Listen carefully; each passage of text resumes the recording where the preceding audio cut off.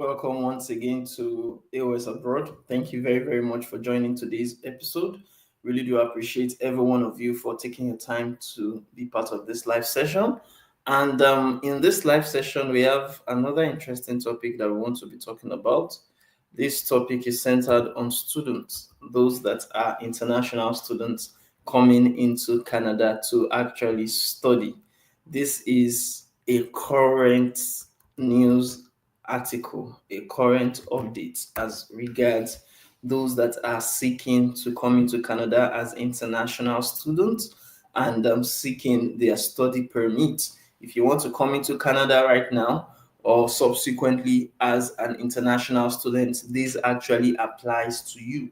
So we are going to be making use of the article from cicnews.com website, which is the Canada Immigration and Citizenship News website.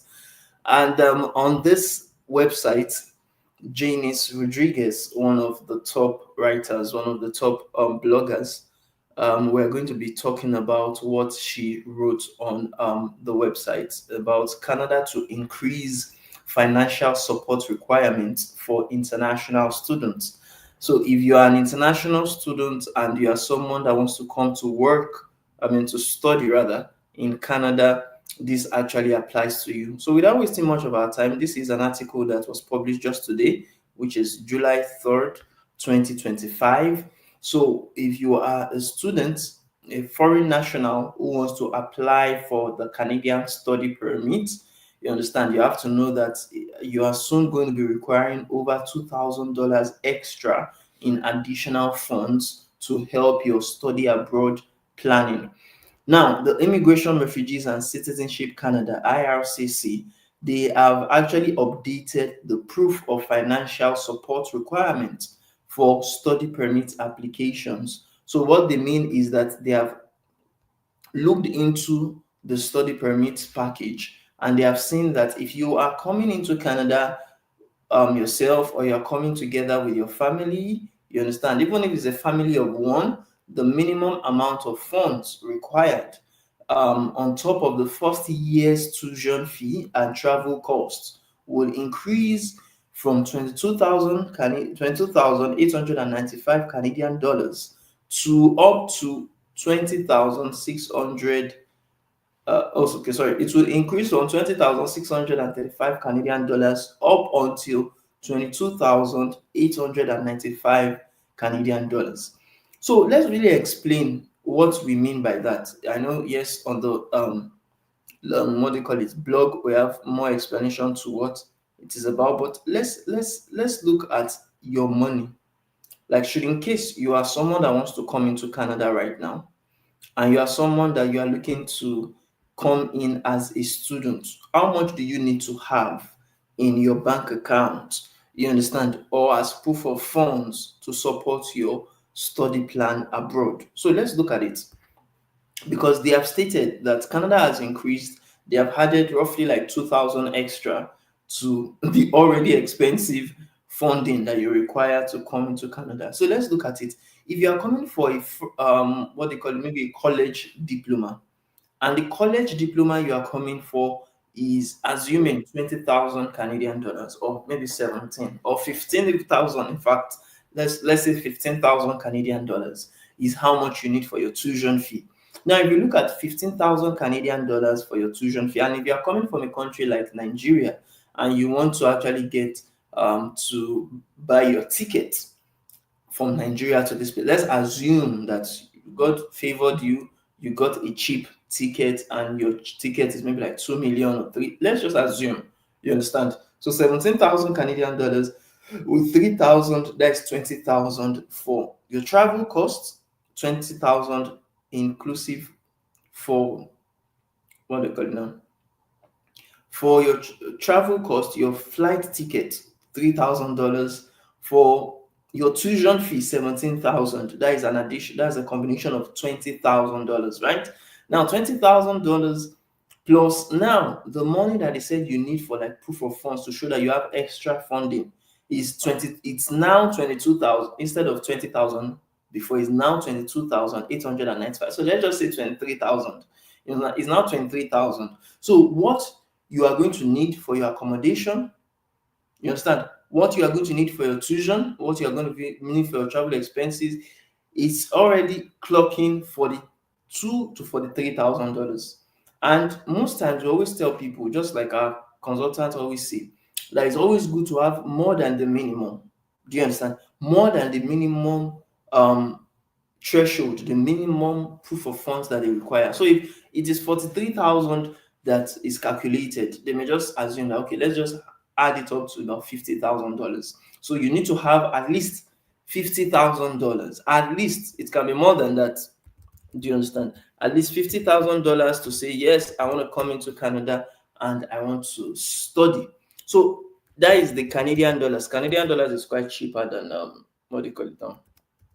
It's quite cheaper than um, um, US dollars. So if you look at Canadian dollars rates right now, for those that are in Nigeria to be able to picture it in your local currency, that means you need about 60 million naira for you to want to come to Canada for a 1 year program. Do you understand? To study. Well, it is not all the 60,000 you will spend as for your processing. It's not all the 60 million naira rather you will spend for your tuition or for your, you understand. But you are going to need something for your living expenses. You need something for your what do they call it, for your rent when you come into Canada. You need something for your feeding. You understand. So all those money, if you look at that, for 1 year about $60,000.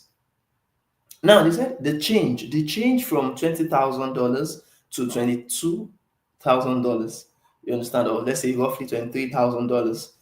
Thank you, Rashida, for liking the live on TikTok. Really do appreciate that. They said the change was announced on June 2nd, 2025. Really appreciate. Thanks for the likes, Rashida.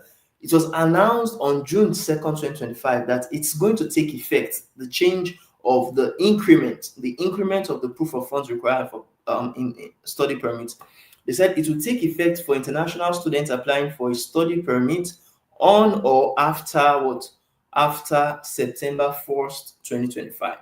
So if you are opportune to start your application now, you understand you may not need to actually add that extra 2,000 or $2,500 to your own application. But they said this change applies to international students studying in all provinces and territories outside of Quebec. So if you are coming to Ontario, you have to spend the extra 2,000. Coming to Manitoba, to Alberta, going to Saskatchewan, to Prince Edward Island, to Nova Scotia, to New Brunswick, to Newfoundland and Labrador, to, you understand, Yukon, all those places, all those provinces and territories, you are to pay that increased amount, or you are to have it, even though you don't pay it to the Canadian government, you have to have it in your bank account. You understand, when you are coming into Canada. So let's now look at it. It said international students must provide proof. You must provide proof that they have what? The sufficient funds as living expenses to support themselves and any accompanying family members in Canada. Now let's note too, the one we were talking about before was just for you, that you are the student coming into Canada. Do you understand? I combined the tuition fee, I combined the travel expenses, and I combined the what? The living expenses as Canada stated it on their website. That's just for one person. If you are now two people that you are coming together, you understand, for 1 year program, maybe you and your spouse, you are coming together. Let's assume for 1 year, I'm still talking about 1 year. I've not had it second year program. You understand? 1 year program for you and your family, instead of like the 60,000 for you and your spouse, just one person, not even three, four, five family members, just one person, you will pay additional 5,000, or you will need at least an additional 5,000.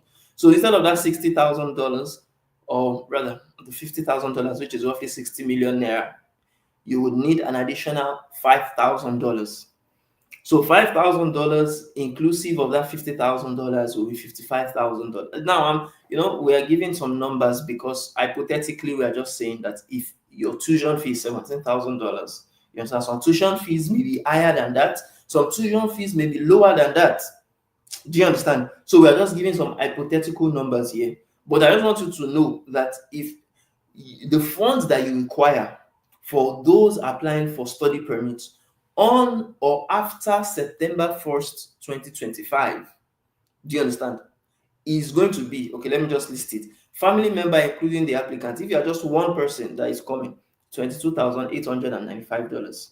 If you are two people, you and your spouse that you are coming, or you and your small child that are coming, $28,502.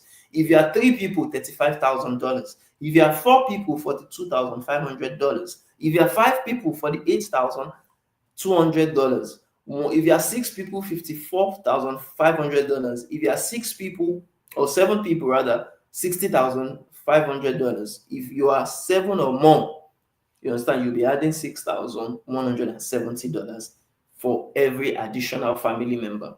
So what are we saying in essence? What we are saying in essence that now there are more money, or you require more money.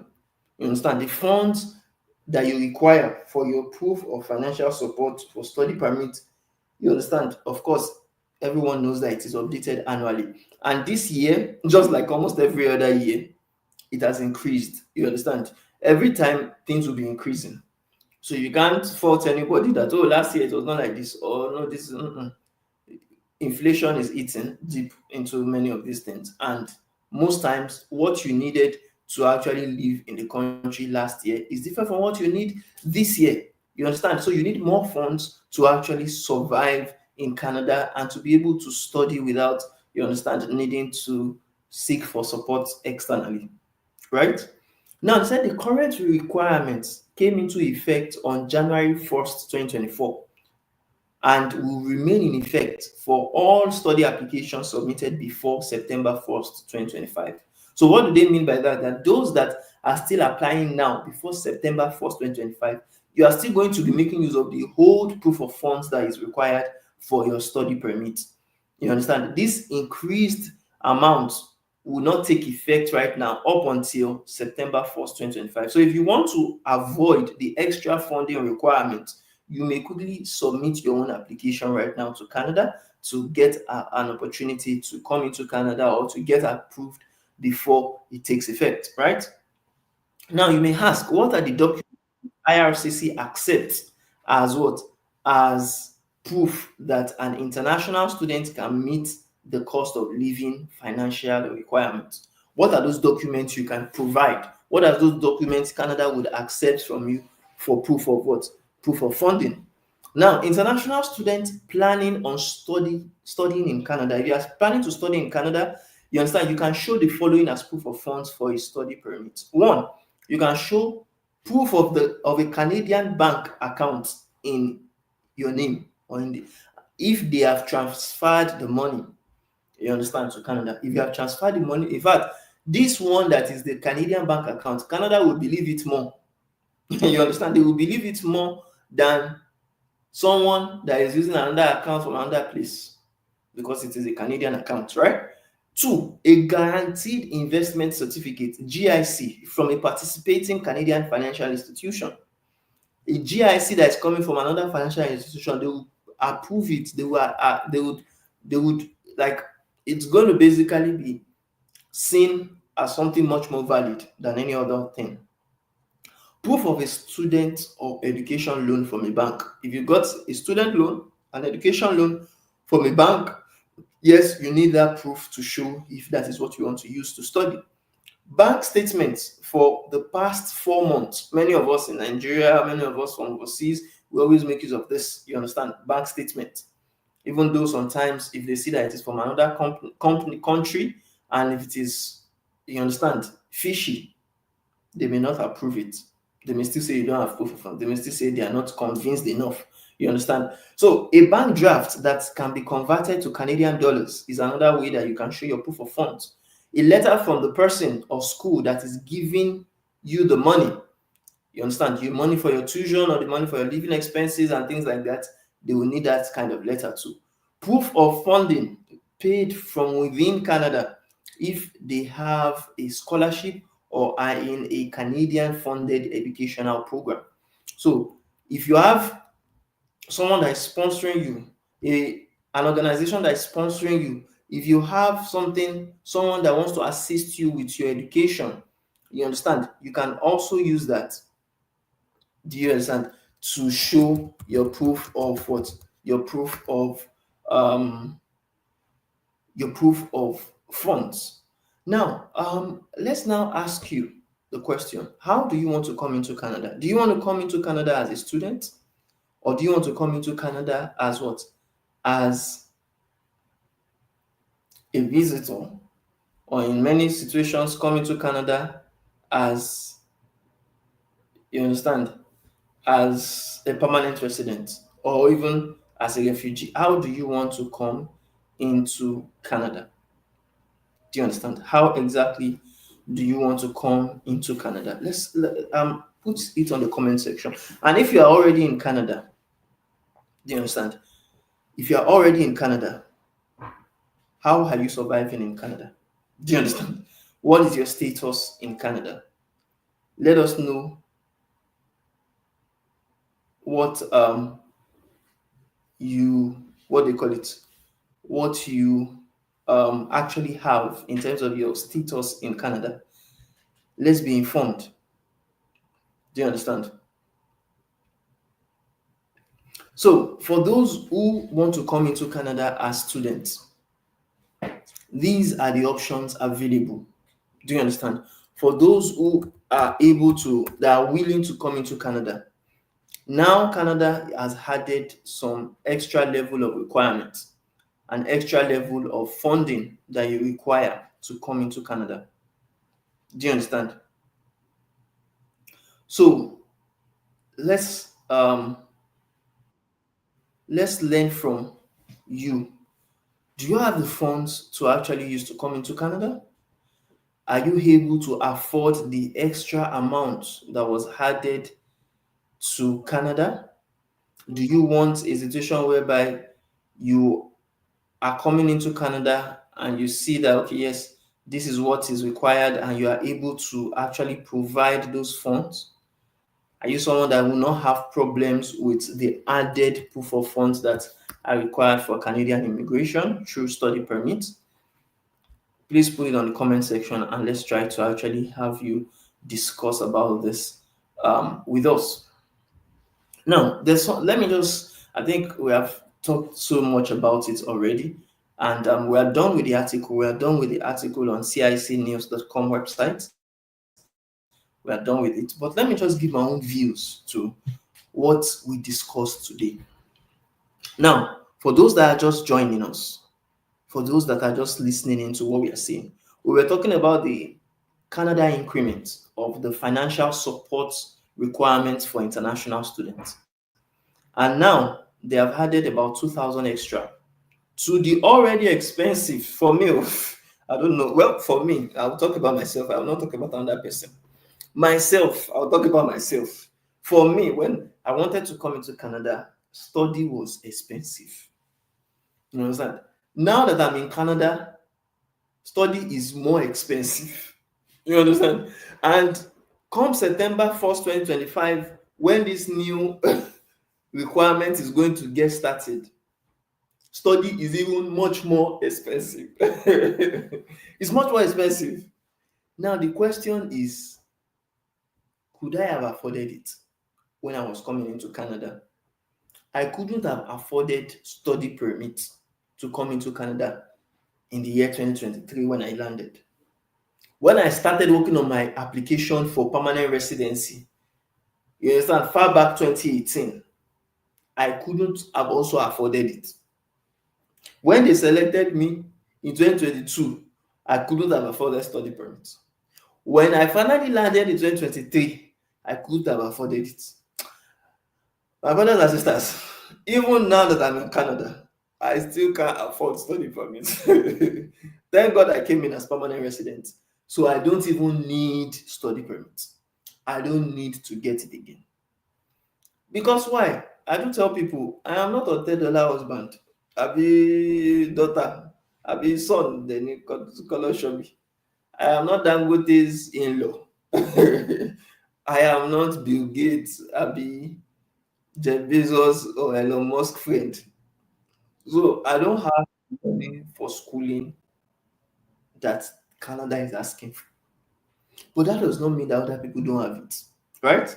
Other people too can have it, especially if you are well to do. 50 million naira, 60 million naira, or 50,000 Canadian dollars may be nothing to you. You understand? That may be what you are using and do big boy. No problem. If you can afford it, come for it. If you are able to afford it, or maybe for instance, you are so brilliant that you got scholarships that could help you to, yes, thank God when I was in school, I was a little bit brilliant. But brilliance, you just get level. You understand? And I wanted to go for masters. When I wanted to go for masters, I didn't get scholarship. Or let me say rather, I didn't get the amount of scholarship I needed. That is, let's be explaining it very well, because I remember when I applied to the UK for my own masters far back as 2021.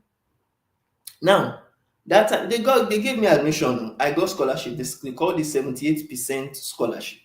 But me, anything that is not 100%, they have not still helped me. It's just the truth. I have to be frank. Because Shingbai, I did not have that time. One naira, I did not have. So if they say 78%, I did not give me 100%. It's as if you have still not helped me. If me, I have to be careful. I have to be truthful to you. I'm not lying here. You understand? So they gave me the True Unicaf, which is one organization that gives scholarship.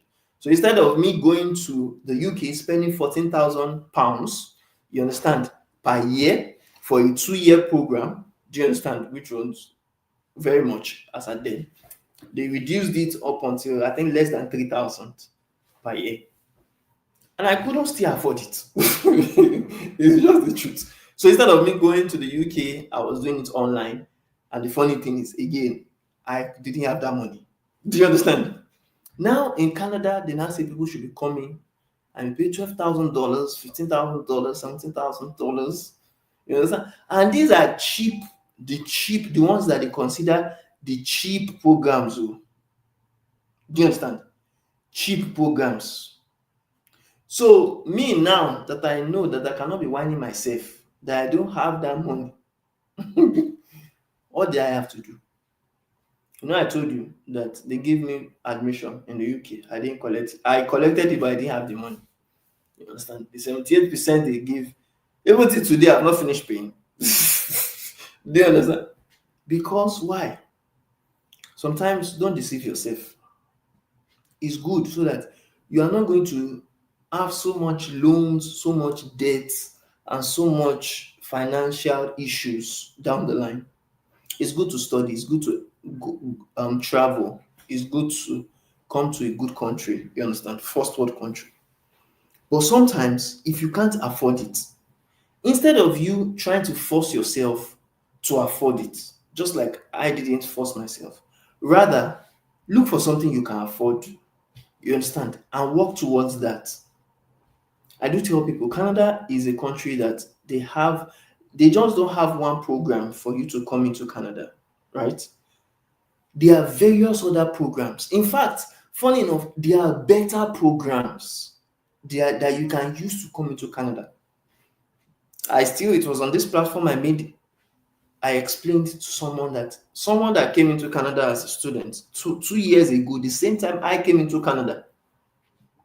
Now she's saying that if she had knew, she would not have come to spend that $28,000 she spent in Canada.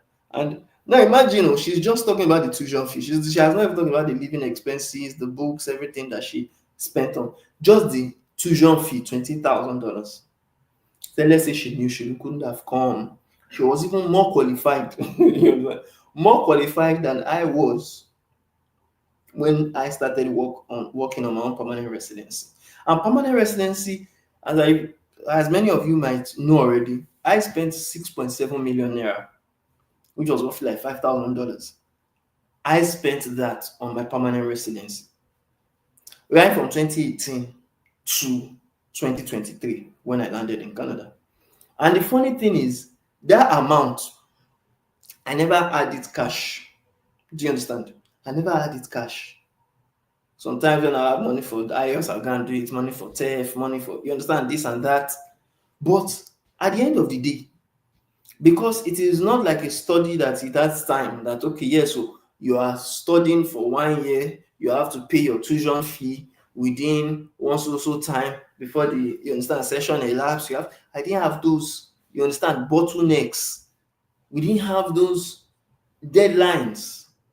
So anytime I felt I'm going to do my exam, anytime I felt to do the ECA, anytime, you understand, the freedom was there. I wasn't being pushed to do something or being say there wasn't something like some of our friends now that they are saying if they are not quickly getting their permanent residence, they can have to actually leave the country. They can get deported back to Nigeria.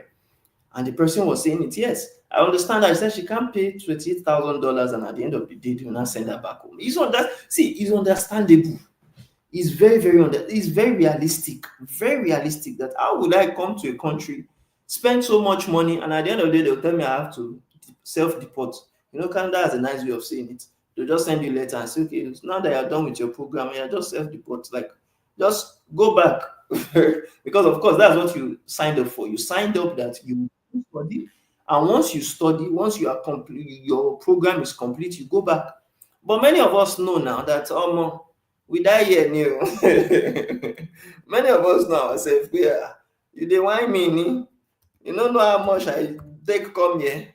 Man, now they go say nobody go even hear say na me come by myself. They go think say they deport me ni. You understand? So we all understand. And that's why for me, I'm always willing to give people the better option because I know the better option is very, very much available. The better option is, see, it is not rocket science when it comes to immigration to Canada. There's something I do tell people. You don't become an immigrant as a student. These things it may sound nonsensical, but it's just the truth. I have to be frank with you. You don't become an immigrant as a student. Rather, you become an immigrant as a permanent resident. Who is an immigrant and who is a traveler? A traveler is someone that travels for a major purpose. You travel to come visit the country, to come tour the country, and after that, you go back home. A traveler is someone, you understand? A traveler is someone that comes study. You study in the country, they give you something. What do they give you? They give you the diploma, the certificate, the degree. In Nigeria, they will call it the pali. And I like that word because pali in Nigeria, in English, basically just means the paper, the certificate. They give you. Once they give you that thing, they expect you that as soon as you get that, you what? You effacer, you dégager, you sorti in French. You understand? You move. You go back to your what? To your home country.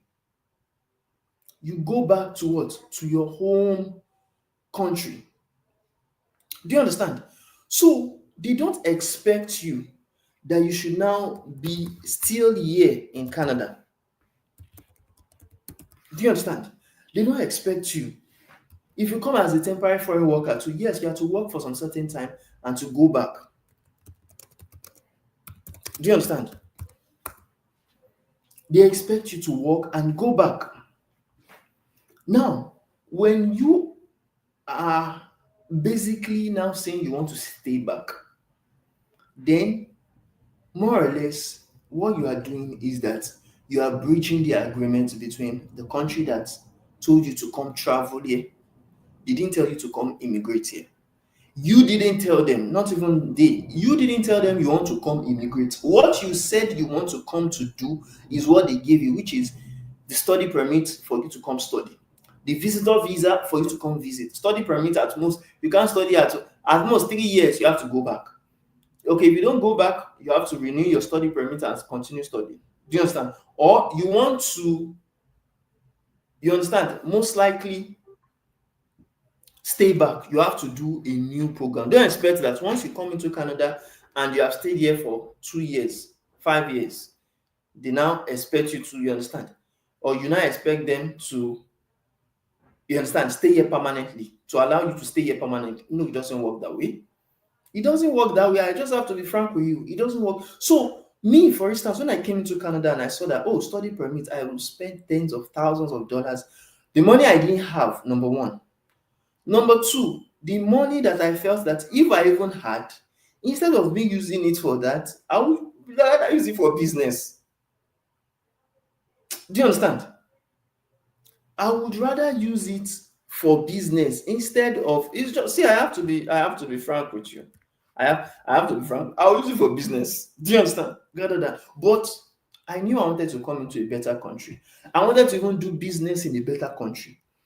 And I didn't just want to come and at the end of the day, just come and just have to live like that without having anything, you understand, in my name. So what did I do? I said, okay, let me find a way to stay back permanently. Let me find something that would give me the opportunity not to just come study for some time and one goddamn it person will just say, okay, oh yeah, I'll be going. No, you understand? What I did was simple to say, okay, let me come stay here permanently. And that's where the concept of immigration comes in. If you tell the country of Canada you want to come into Canada and stay here permanently, they will not tell you not to come once you qualify. Rather, what they will just tell you is work towards qualifying more, works towards having what they really need, what will make you indispensable, what will make you very much qualified, very much eligible to come into the country. Do you understand? I realized that I didn't have masters, I didn't have PhD, and Canada didn't really need that. Though I had second class upper, but again, my class of honors didn't matter when it came to immigration. When it came to study, yes, for study, there are some programs that they say you have to have 2-1 before you come in and study. But when it came to immigration, people don't understand. So people will still be asking me that I was still having a clarity call, and someone was still asking me that which degree, like me, me, I had tutu. Can tutu do permanent residence? I say your class of honors doesn't matter. Even someone that had pass, not third class, someone that had pass. I've seen someone that had pass come into Canada as an immigrant. He didn't come alone, no. He came with himself, his wife, and his kid. 3 people in his family member, in his family composition rather, as his family members. They came into Canada, and this guy is someone that had third class. I say third class, pass. So your class of, do you shall have the certificate? Is it a legit degree? Is it a legit diploma? Is it real? Is it not fake? That is what immigration are bothered about. That is what, if you want to come into Canada as a permanent resident, you have to bother about. You don't need to bother about, oh, I don't have 2-2, I don't have 2-1, I don't have first class. All those things, when it comes to immigration, it doesn't matter.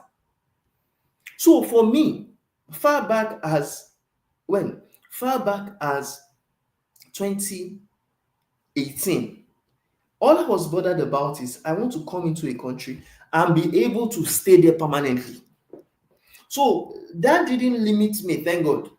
In fact, that broadened my own scope of reasoning that, okay, if I want to stay here permanently, rather, instead of focusing on something that I would stay here temporarily for and have to go back, let me take my time to work on something that can give me a permanent residence. There are some of our clients that we have worked with, and they'll say, oh, it's 6 months, I want to come to Canada. Is this, that? I say. If you want to come into Canada as a visitor, you can be thinking 6 months. But want to come into Canada as a student, you can be thinking all those stuff. But when it comes to permanent residence, it can work for some people in 6 months too. But you have to be ready to play the long game. Don't be shallow-minded. Don't be short-sighted. That, oh, if this thing doesn't work after 6 months, then I'm not doing it. It is not, it won't benefit you. You understand? It won't benefit you. What benefited me was my permanent residence. What really helped me was permanent residency. Nothing, not the study, the work, the visit, many of those things, they don't actually qualify very well when it comes to you staying here permanently. We have seen people as well, actually, that have come into Canada as students. In fact, some people are still studying after 7-8 years of being here. And I'll be wondering, they say they don't know how to get PR. So imagine someone that have been here for 7 years, still trying to get visitor visa, trying to get study visa, so that the person doesn't become out of status, doesn't go out of status. When permanent residence allows you to stay here in the country permanently, When permanent residence even gives you the opportunity of becoming a citizen after 3 years. Yes, do you know that if you are in Canada as a student, you are in Canada as a visitor, you are in Canada as a temporary foreign worker, you can use 4 years, 5 years, 7 years and still not become citizen. It's not how long you are in the country, but how well you are in the country. I have just been in Canada for 2 years. My third year is just counting now. Just this June, I'll be July, I started counting my third year. And in 3 years, cumulatively, one can become a citizen. But imagine, I've seen people that are here as visitors, as tourists, as schools, secondary school students, postgraduate students, you understand, temporary foreign workers, even asylum seekers that have not yet become citizens. So please, what am I saying? If you have the money, that yes, it is chicken change 50,000, and apart from even having the money, you are someone that you just want to come to study, and when you study, when you get your certificate, you go back to your home country. If that is your plan, please be my guest. Come into Canada, you get one of the best education ever that you can get in the whole world. You understand? They are top universities in the first 10s, in the first 20s, first 50s in the whole world. In Canada, like Queen's University, where I got admission in. Do you understand? Very good one, wonderful university. You understand? But if your end goal, if your end goal is not to come into the country to school, is not to come into the country to get the certificate, is not to come into the country and after you get the certificate, after you get the diploma or the degree, to go back to your home country. If that is not your plan, if your plan is to stay in Canada permanently, then I have to tell you, you are doing it the wrong way if you are not going through the permanent residence route.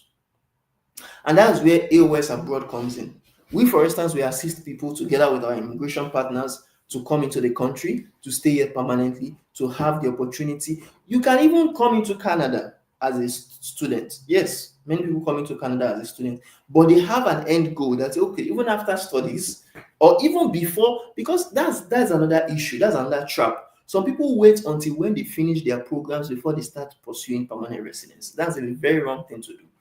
Don't stop your program or finish your program before you start working on a permanent residence. Rather, what you should do is to, like I do tell people, before you even enter the country as a student, already start working on your PR.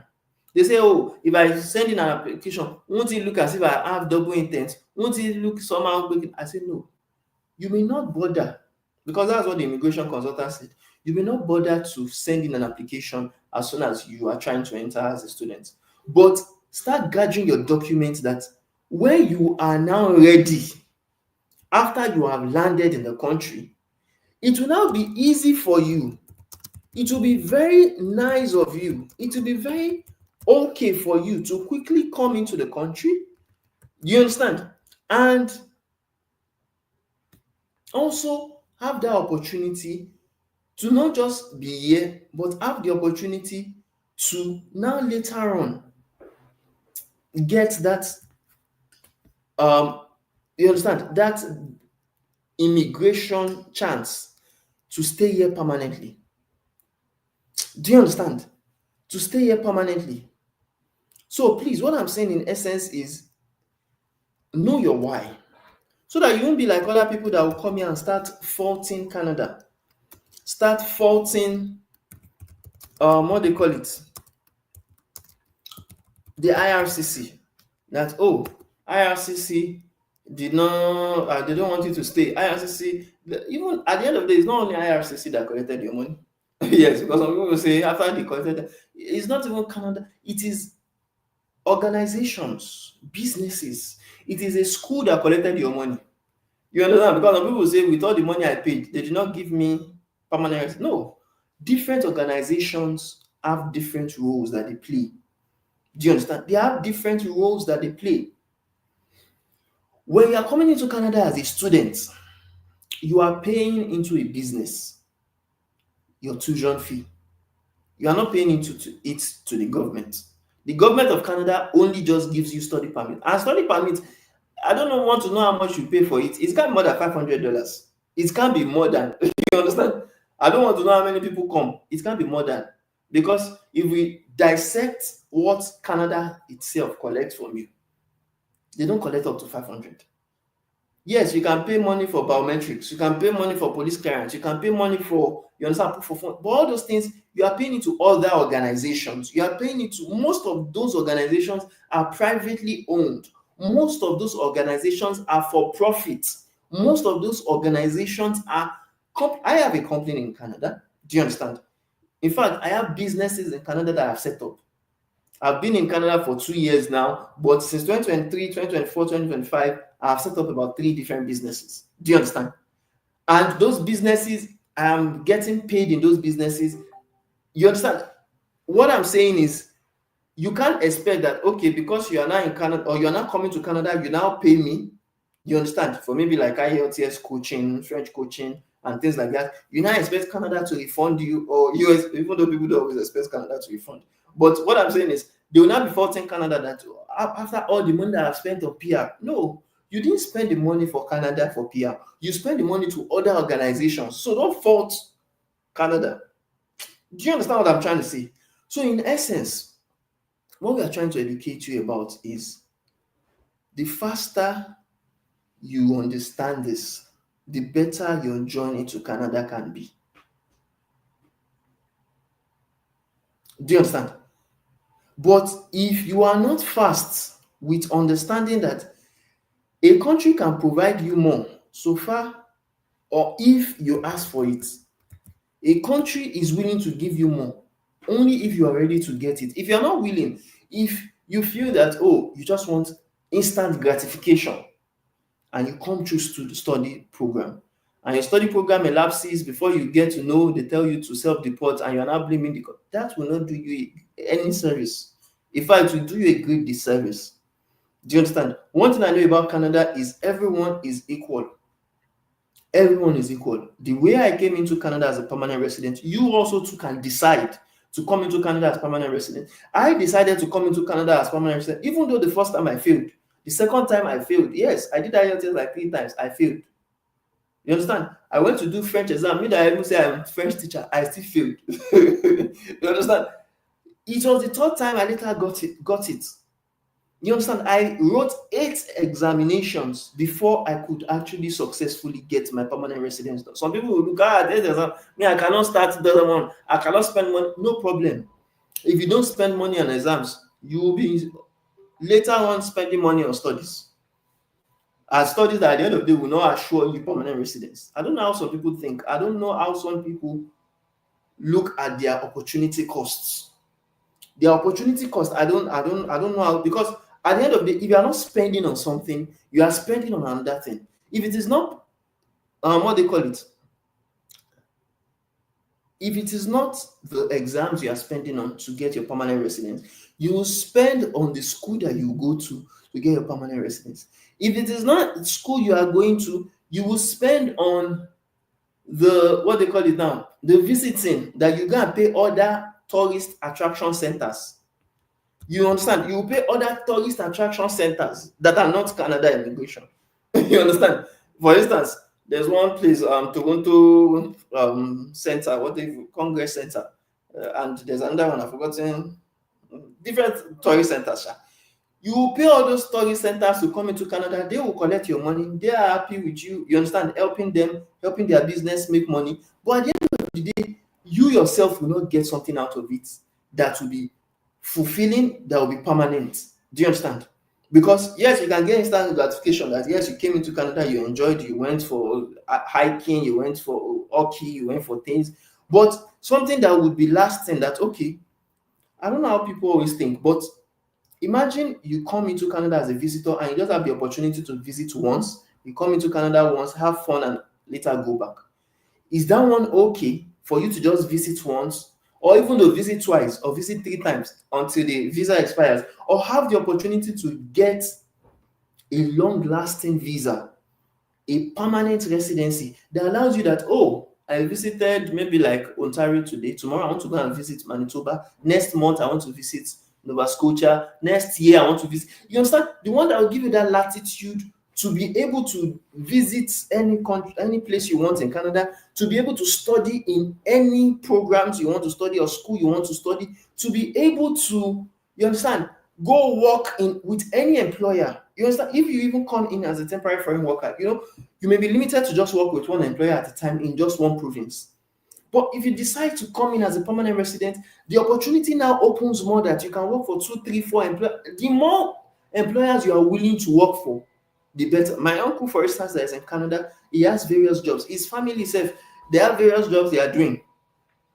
They go for morning shift, afternoon shift, evening shift. You understand? Even weekend shift self. The more you are willing to work, the more you are willing to get paid, the better.